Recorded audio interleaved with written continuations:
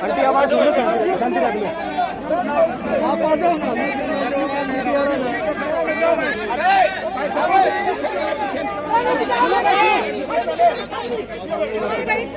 सुनो साथियों, सुनिए, एक मिनट सुनिए। आप मेरी बात सुन लो। अरे सुन लो, अरे भाई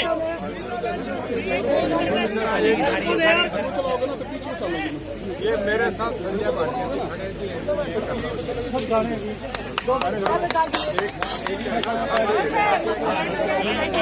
अरे चुप हो जाओ। अब मैं थोड़ी सी आपसे बात करता हूँ। चर्चा ये तरह था कि 5 दिन और 10 दिन भाई भारे जो साहब भी सब में मिल लेते थे, साबत बारिश हो रहे, कोई बात नहीं, मैं चलता हूँ, मैं आपके लिए। अब मेरी बात सुनो, आपका केस जो है ना, पीटीआई का सुप्रीम कोर्ट ने कराया, आपके खिलाफ करा है ना। हमारा ये दबाव है कि हम सरकार में ये कह रहे हैं कि बढ़िया वकील करो और सुप्रीम कोर्ट में फाइल करो। सुप्रीम कोर्ट में आपके पक्ष की अपील हमारे पहले सरकार ने फाइल करी। अब वहाँ बेंच सुनेगा, पहले से बड़ा बेंच आएगा, दूसरा बेंच आएगा।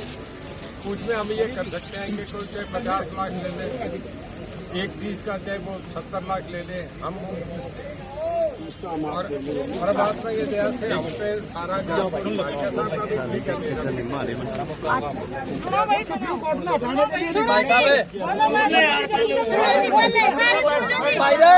कोई नहीं बोलेगा थारे मत, कोई भाई है ना, पहले इनकी सुनो, सुन लो, पहले सुन लो। यही है सर, एक मिनट मेरी बात सुनो भैया। हाँ जी, हमारा मैं खड़ा हूँ, तो इसे ठीक करने का काम करो। देखो भाइयों, ये जो बोल रहे मेरी पार्टी का भी तू ही बोल ले, कल बोल सारा काम भाई पीछे एक मिनट आप रख लो जी ना, तो फिर सारे आईडी लगाओ।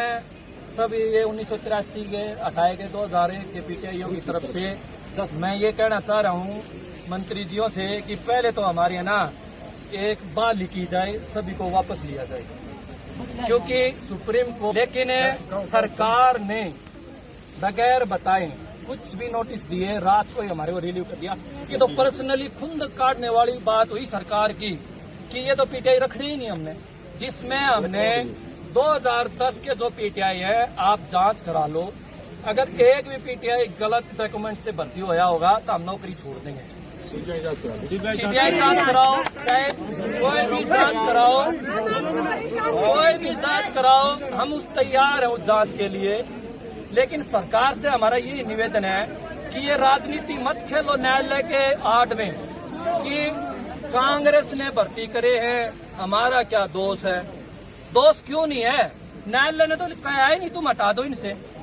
फिर कोर्ट में हमने दायर की, हाई कोर्ट में जज साहब ने, जो इनके एडवोकेट जनरल थे, वो गए, उनसे पूछा हाँ भाई तुमने क्यों निकाला इनको, जब लिखा ही नहीं है कहीं। बोला जी वर्कलोड नहीं है, वर्कलोड नहीं है तो 10 साल तक जो हमने वहां पे अपनी सारी परफॉर्मेंसेस दी हैं वो चेक करो आप। एक बात और कहना चाहता हूं मैं मीडिया के सामने और मंत्री जियों के सामने, आप कोई भी भर्ती उठा लो, 2010 के जितने भी एजुकेटेड एमपीएड एनआईएस वो इसी भर्ती में मिली। और दूसरी बात, एसडीएफआई के मेडल ढूंढो पहले तो, कि हमने हरियाणा का नाम किया है और स्टेट वाले ये ढूंढते हैं हरियाणा वाले कोच कौन आ रहे हैं, टीम कैसी आ रही है, इतने डरते हैं, सारी रात हमारे विरोध वो नीति बनाते हैं भी कैसे इनको हराया जाए। हमने हरियाणा का नाम किया है और ईमानदारी से स्कूलों में काम किया है, और पीटीआई सबसे पहला काम पीटीआई का अनुशासन बनाना है। अनुशासन अगर आप देख लो यहाँ पे बगैर अनुशासन के पुलिस वाले लग रहे हैं भाई कि अनुशासन बनाओ, तो इनको क्यों जरूरत पड़ी भाई अनुशासन की? स्कूलों को अनुशासन की जरूरत है तो पीटीआई की जरूरत है। और दूसरी बात, जब इनको सुप्रीम कोर्ट ने पूछा गया कि भाई क्या पीटीआईओ की जरूरत है, तो इन्होंने कह दिया नहीं जी नील है, हमने तो है ना ये बदल ही दिया, तो कैडर ही खत्म है। दूसरी सरकार से विनती ये है हमारी कि भाई सुप्रीम कोर्ट में जो हम अपील कर रहे हैं हमारे साथ चले, हमारा पक्ष रखे, हम पैसे नहीं चाहते।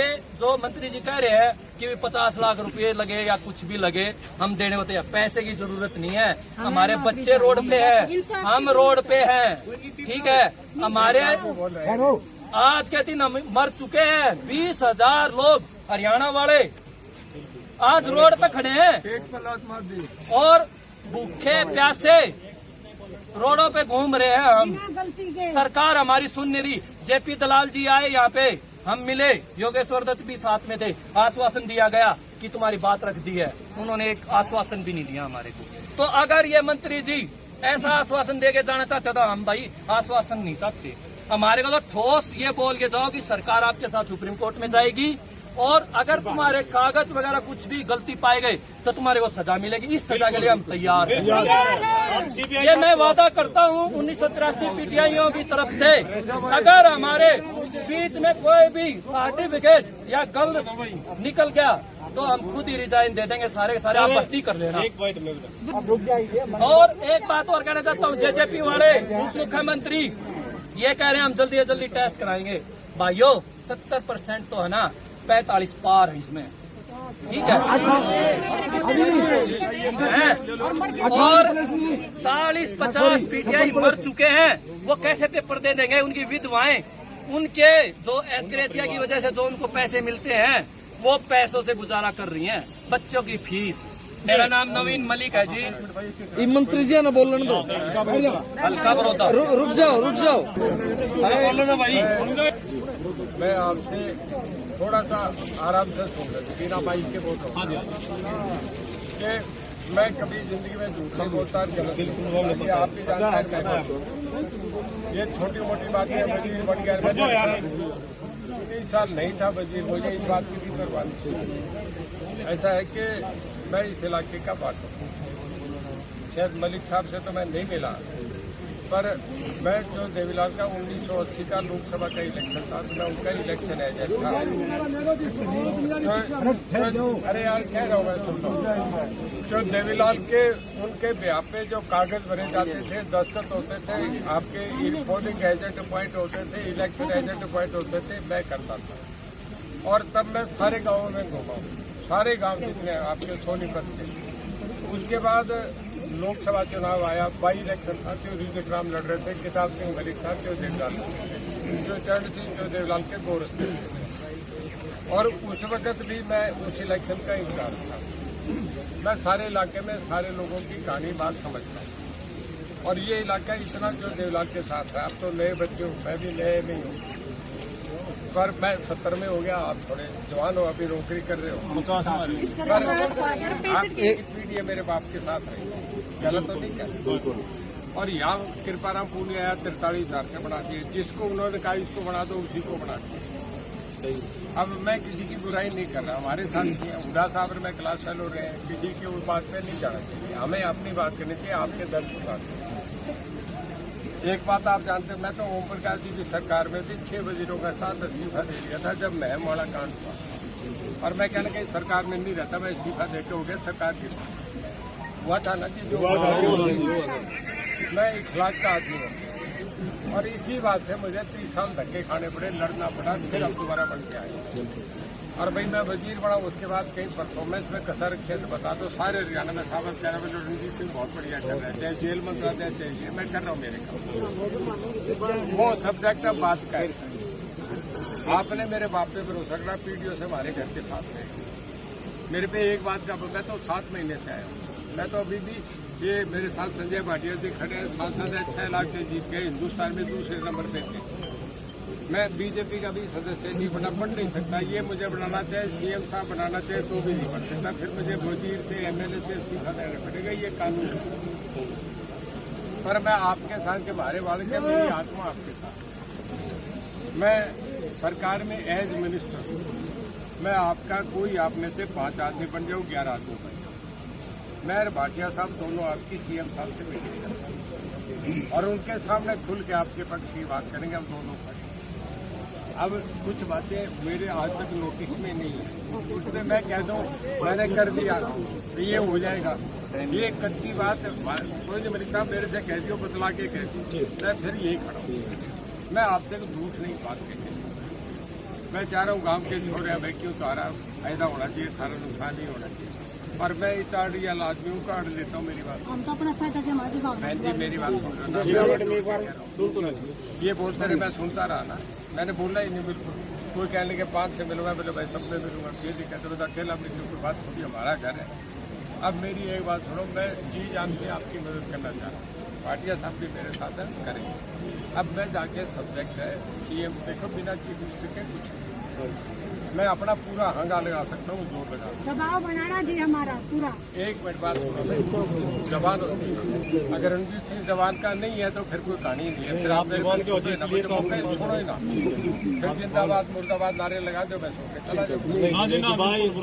11 आदमी आ जाओ, भरोसा है जी, भरोसा लेकिन जाएंगे जी। 11 आदमी आ जाओ, बड़ा टेलीविजन 5 की पंचायत होती है, प्रधानमंत्री तो बैठते हैं ना, तो आपस में अब वहाँ जो चीन अपनी बॉर्डर पे चल रहा है, तो जनरल ही बैठ के बात कर रहे हैं ना, 4 उनके साथ हो, तो कभी भी बात की आप 11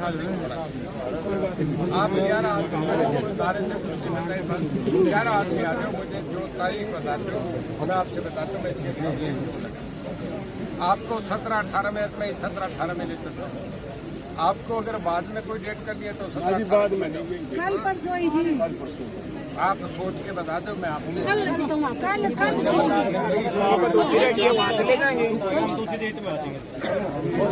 सर जी 2 महीने से भाटिया साहब ने पूरा आश्वासन हमारे सीएम साहब से मिला, पूरी पंचायत 2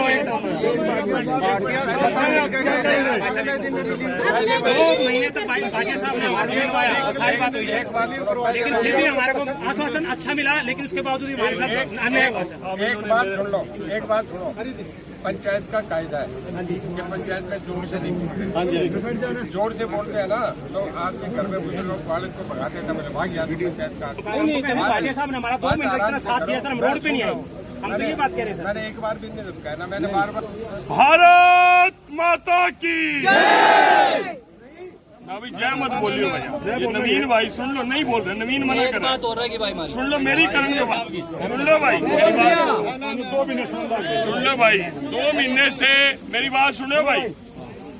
चौधरी साहब ने जो बात कही आपकी सुन के कही, और मैं, मेरी आवाज आ रही ना पीछे तक भाई, मंडी में भी 1000-1500 आदमी था पानीपत के अंदर, एक बार हाथ उठाइए भाई, पानीपत कौन कौन आया था, सारे पानीपत आए थे। बात रखी थी जब आप मेरे पास आए थे, सुप्रीम कोर्ट का फैसला आ चुका था, बिल्कुल ठीक बात है, उससे पहले तो कोई नहीं आया भाई। आने के बाद जगबीर भाई का भी मेरे पे अभी भी फोन आया, तड़की भी मेरी जगबीर भाई से बात हुई है, गुरुदेव आपके प्रधान है हरियाणा के, उनसे बात हुई है।